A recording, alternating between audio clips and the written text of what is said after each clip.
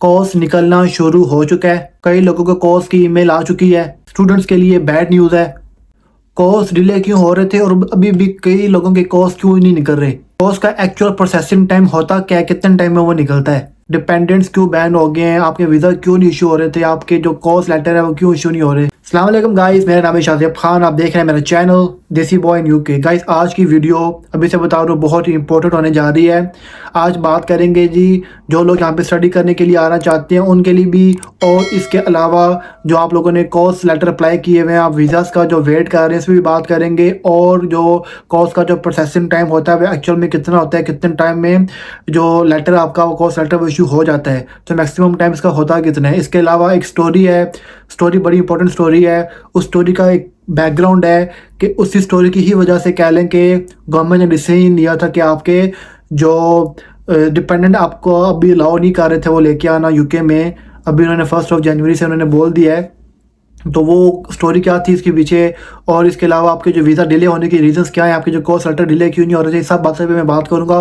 तो वीडियो को आपने स्किप नहीं करना है, एंड तक देखना है। इस पे मैंने कुछ आपको टिप्स और कैलेंडर ट्रिक्स भी मैंने आपको बताई हुई हैं। जब आप वीज़ा अप्लाई करेंगे तो आप ट्रिक्स और टिप्स आपको इम्प्लीमेंट कर सकते हैं जब आप वीज़ा अप्लाई करेंगे।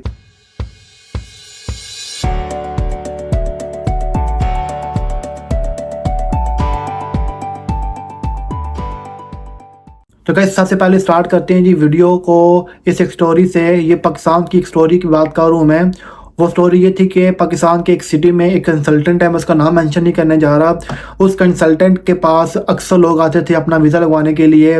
लड़के भी आते थे, लड़कियां भी आती थी कि हमें यूके जाना है, स्टडी करने के लिए जाना है। और वो बंदा जेन्युइनली काम कर रहा था, वो उनके वीज़े लगवा रहा था, उनको एडमिशन करवा के दे रहा था वो यूके की यूनिवर्सिटीज़ में। और वो बच्चे और बच्चियाँ यहाँ पे आके अपना स्टडी भी कर रही थी। तो अब वो उनके पास लड़कियां भी आती थी, तो उनके पास जो डॉक्यूमेंट्स है लड़कियों के वो भी उनके पास होते थे। जिस कंसल्टेंट के पास, जाहिर बात है कंसल्टेंट के पास पूरा ट्रैक रिकॉर्ड होता है, पूरी इन्फॉर्मेशन उनके पास होती है।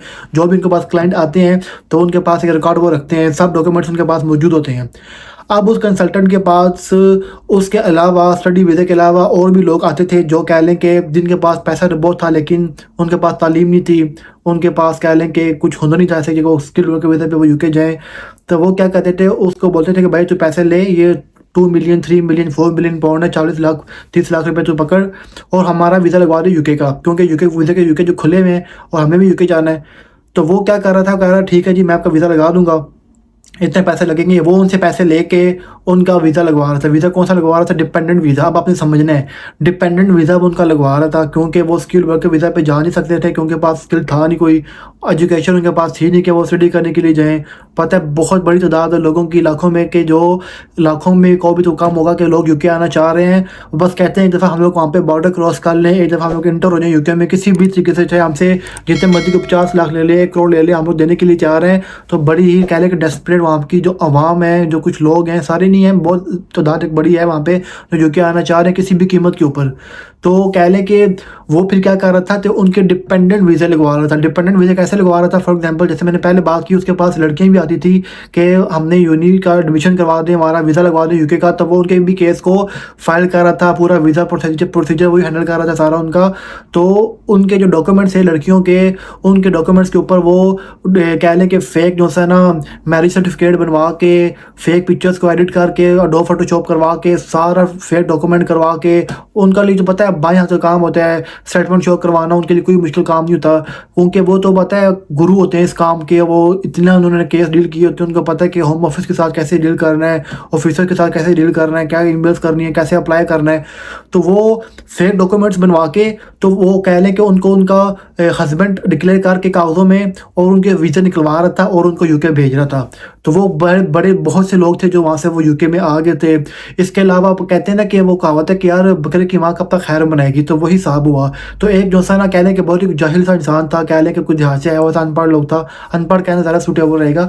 तो वो ना उसको इंग्लिश आती थी इतना हाथ, तो उसने कहा भाई मैंने तो यूके जाना है और मेरे पास वो की रास्ता नहीं यूके जाने का, तो मुझे बताएं मैं कैसे जा सकता हूँ, पैसे आप जितना मर्जी मुझसे ले लें तो मेरा आप काम करवा दें। उसने बोला ठीक है मैं आपको यूके भेज दूंगा। अब उसको नहीं पता जो यूके जा रहा था कि मैं कौन से वीज़े पे जा रहा हूँ, वो डिपेंडेंट क्या होता है। उसके बाद था कि मेरा वीज़ा वीज़ा ला जाएगा, मुझे कोई डंकी लगाने की ज़रूरत नहीं पड़ती, मैं जहाँ से बैठूँगा और जाके सीधा पहुँच जाऊँगा यूके। उसने बोला पैसे मुझसे ले ले, मैं इस तरीके से यूके जाना चाह रहा हूँ। एजेंट ने बोला ठीक है मैं करवा दूँगा। एजेंट ने फिर वही काम किया, किसी लड़की को पकड़ के इसका जो सा ना, वो लड़की को पता ही नहीं है, वो यूनिवर्सिटी में यूनी में स्टडी कर रही है यूके में, उसको पता ही कोई नहीं क्या सीन हो रहा है उनके साथ। तो एक लड़की का उसने ऐसी फेक डॉक्यूमेंट्स वगैरह बनवा के, फ़ोटोज़ एडिट करके और जो सा ना उसका मैरिज सर्टिफिकेट फेक बनवा के, तो जो सा ना को पता है मैरिज सर्टिफिकेट मस्ट होता है जब आप अप्लाई करते हैं, तो वो बनवा के, तो स्टेटमेंट वगैरह शो करवा के वीज़ा निकलवा लिया, वीज़ा लग गया और वो बंदा यूके आ गया। अब जब वो बंदा यूके आया ना, तो जो इमिग्रेशन ऑफिसर था ना एयरपोर्ट के ऊपर, उसने इसको क्वेश्चन किया, लाइक उनको पता है डाउट उनको हो जाए तो फिर वो डिटेल में जाके पूछते हैं। जब उसने ये क्वेश्चन आंसर किए तो वो तो कहता है भाई मुझे तो कुछ पता नहीं है, आप क्या बात कर रहे हैं, स्पाउस क्या होती है मुझे नहीं पता। उसने पूछा कि आपकी स्पाउस बाहर वेट कर रही है क्या आपका, क्योंकि आपको पता नहीं है आपने कहाँ जाना है। एक बात अपनी याद रखनी, जब भी आप यूके आएंगे, किसी भी वीज़े पे यूके आ रहे हैं, आपको अपनी अकोमोडेशन का, आपकी रिहाइश का एड्रेस आपको लाजमी पता होना चाहिए। ये मेरे साथ भी बात हुई थी जब मैं लैंड किया था यूके में, तो रिपोर्ट के ऊपर उसने मुझसे पूछा आपका एड्रेस किधर है, तो मैंने बोला इस सिटी का नाम मैंने लिया, तो कहते हैं सिटी में किस जगह पे, कौन से टाउन में, और उसका पोस्ट कोड क्या है। पोस्ट कोड आपको, आपका होम नंबर लाजमी आपको पता होना चाहिए। मेरे माइंड में था ही नहीं, तो मैंने बोला मुझे तो याद नहीं है कि क्या पोस्ट कोड है और क्या एड्रेस है, लेकिन मेरी जो फैमिली अब बाहर वेट कर रही है, तो वो एयरपोर्ट पे आए हुए मुझे लेने के लिए। तो तब उन्होंने कहा ठीक है आप जा सकते हैं। तो उसने बोला आपकी फैमिली आई हुई है, कहते हैं मुझे नहीं पता मेरी फैमिली बाहर आई हुई है कि नहीं आई हुई एयरपोर्ट के ऊपर, और ना ही मुझे पोस्ट कोड पता है। तो इमिग्रेशन ऑफिसर को थोड़ा डाउट भी हुआ, शक हुआ, फिर उसने ऐसे कॉन्टैक्ट किया जी पाकिस्तान FIA के साथ, FIA वालों ने फिर रब्ता किया उसको, फिर वो ले गए, ऑफ कोर्स डिपोर्ट कर दिया होगा उसको। उसके बाद जो कंसल्टेंट था उसके साथ क्या सीन बनी।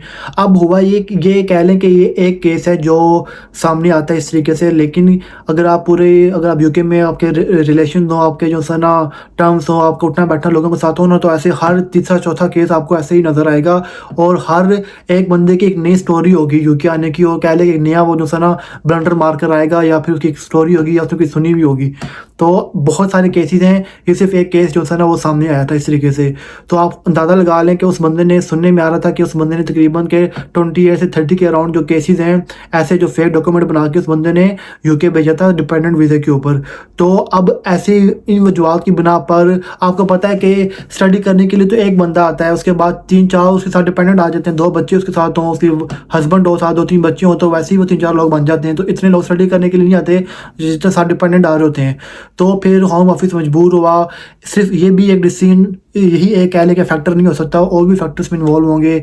जो डिसीजन लिया गवर्नमेंट ने कि आप अपने साथ डिपेंडेंट को लेकर आप नहीं आ सकते, 1 जनवरी 2024 से ये चीज़ इंप्लीमेंट हो गई है। अब जो ग्रेजुएट करने के लिए लोग यहाँ पर आएंगे वो अपने साथ डिपेंडेंट को लेकर नहीं आ सकते, वही लोग लेके आ सकते हैं जो पोस्ट ग्रेजुएट कर रहे हैं, जो PhD कर रहे हैं, कोई रिसर्च बेस्ड डिग्री कर रहे हैं, वो अपने साथ डिपेंडेंट्स को लेकर, अपनी वाइफ को, पार्टनर को, बच्चों को लेकर आ सकते हैं। लेकिन जो डिग्री कर रहे हैं, लाइक नॉर्मल कोई बैचलर कर रहा है या कोई सिंपल अंडर ग्रेजुएट है, तो वो लेकर नहीं आ सकता। तो ये एक रीज़न है जो इस तरह की वजूहत की बना पर होम ऑफिस ने ये डिसीजन लिया था। अच्छा, दूसरी बात करेंगे स्टूडेंट्स के लिए कि जो यहाँ पर आएंगे तो उनके लिए बैड न्यूज़ ये है कि पॉसिबल है कि अब उनके जो इंटरव्यूज़ एम्बेसी के साथ, वो जो सा है होम ऑफिस सोच रहा है कि वो उनको ओपन कर दें, ताकि जब भी कोई यहाँ पे आएगा तो पहले इंटरव्यू देख के आएगा। तो अब क्या पता उनके वो इंटरव्यूज़ भी ऑन हो जाएं, क्योंकि कुछ लोगों की इंटरव्यूज़ हो भी रही हैं और अभी ये प्रॉपर ऑफिशियली अनाउंस हुआ नहीं है, लेकिन सुनने में आ रहा है कि अब जो सा है वो उनके इंटरव्यूज़ भी हुआ करेंगे। तो आपने अपने इंटरव्यू की प्रिपरेशन रखनी है जब भी आप जो सा है अप्लाई करें। जैसे आपका यूनिवर्सिटी के साथ आपका जो असेसमेंट होती है, इंटरव्यू आपका होता है, तो वैसे ही आपका एम्बेसी के साथ भी हुआ करेगा इंटरव्यू। तो आपने अपने आप को प्रिपेयर रखना है। ऐसा नहीं कि आपका नेक्स्ट इंटरव्यू हो तो आप सोचे आप मेरे पास टाइम नहीं है इंटरव्यू की, मुझे कॉल आ गई है। आपने खुद को प्रिपेयर रखना है, जब भी आपको कॉल आए तो आप इंटरव्यू के लिए प्रिपेयर हों। आप यूट्यूब पे जाकर रिसर्च करें, गूगल पे जाकर देखें, चैट जीपीटी उसे आप पूछें कि आप कौन से क्वेश्चन है जो एक्सपेक्टेड क्वेश्चन है जो होम ऑफिस या जो एम्बेसी आपसे पूछेगी, एम्बेसी बेसिकली वो लेगी आपसे इंटरव्यू, तो आपसे पूछेंगे कौन से मेन क्वेश्चन है जो आपसे वो पूछ सकते हैं। तो आपने बिल्कुल प्रिपेयर होकर तब इंटरव्यू के लिए जाना है, क्योंकि अगर आपने एम्बेसी का इंटरव्यू आपने पास ना किया तो आप रिजेक्ट हो जाएंगे। ठीक है, इसके अलावा एक और चीज़ है, वो ये चीज़ है कि जो टिप्स मैं बताने जा रहा हूँ आपको, कि आप जब भी अप्लाई करते हैं यूनिवर्सिटी के लिए तो आप कोशिश करें कि आप मैक्सिमम फ़ी पे करें यूनिवर्सिटी की, ताकि आपका वीज़ा रिजेक्ट ना हो, क्योंकि ये बड़ा एक फैक्टर है।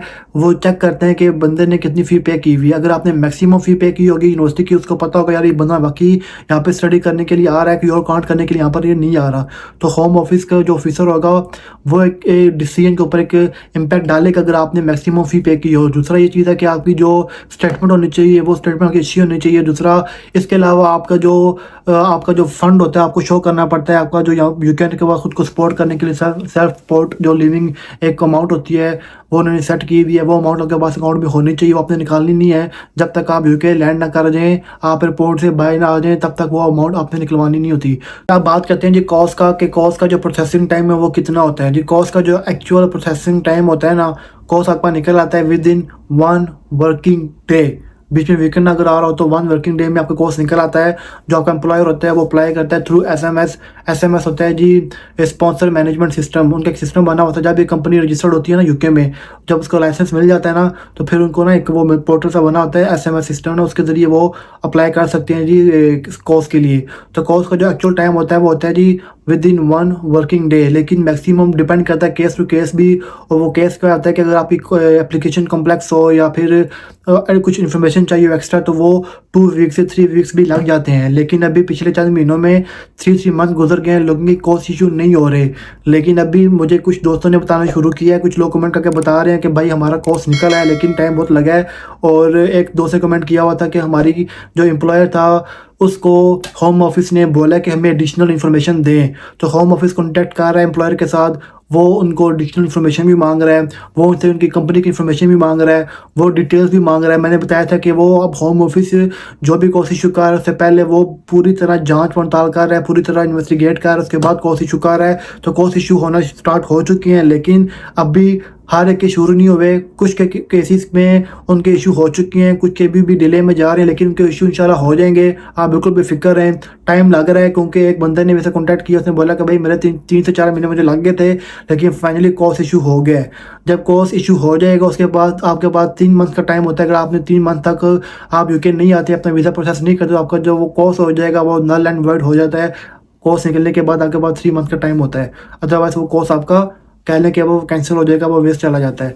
तो कोर्स स्टार्ट हो गए हैं, शुरू होना निकलना शुरू हो गए हैं। अपने फिर से बता दूँ, आपने अपनी ईमेल्स को चेक करते रहना रेगुलर, ये चीज़ आपने छोड़नी नहीं है, आपने डेली चेक करना। अगर आप कोर्स का वेट करें तो आप डेली चेक करें अपनी ईमेल को, आप डेली चेक करें अपने स्पैम फोल्डर को, कि हो सकता है कोई इन्फॉर्मेशन मांगी हो होम ऑफिस ने आपसे, वो कुछ पूछना चाह रहे हो आपसे, तो आपको ईमेल आई हुई हो, आप अपना ईमेल का फोल्डर, इनबॉक्स का और स्पैम फोल्डर का भी मस्ट चेक किया करें। इसके अलावा जो हेल्थ केयर पे यूके आना चाह रहे हैं, वो कोर्स निकलने का वेट कर रहे हैं, तो उनके लिए है कि आप चेक कर लें अपना कि जो आपकी जो कंपनी है, जो आपका हेल्थ केयर है वो CQC से रजिस्टर्ड है या नहीं है, केयर क्वालिटी कमीशन से रजिस्टर्ड है या नहीं है। ये आप कैसे चेक कर सकते हैं? मैंने अपनी वीडियो में 2-3 दिन पहले मैंने वीडियो अपलोड की है, उसमें मैंने आपको बताया आप free online free of cost कैसे आप चेक कर सकते हैं कि आपका जो केयर होम है वो केयर क्वालिटी कमीशन से रजिस्टर्ड है या नहीं है। इसके अलावा उसकी रेटिंग क्या आ रही है, गुड रेटिंग आ रही है, बैड रेटिंग आ रही है, इसकी रेटिंग पुअर में जा रही है, क्या जा रही है, तो ये भी आप चेक कर सकते हैं बिल्कुल फ्री ऑनलाइन। अगर आपको नहीं पता कैसे चेक करना है तो आप मेरी वीडियो में जाएँ, वहाँ पर जाके देखें और आप खुद चेक करें कि आपका जो केयर होम है वो रजिस्टर्ड है या नहीं है। क्योंकि जो केयर होम रजिस्टर्ड नहीं है केयर क्वालिटी कमीशन से, वो केस इशू नहीं हो रहे, वो जो कोर्स लेटर है वो इशू नहीं हो रहे।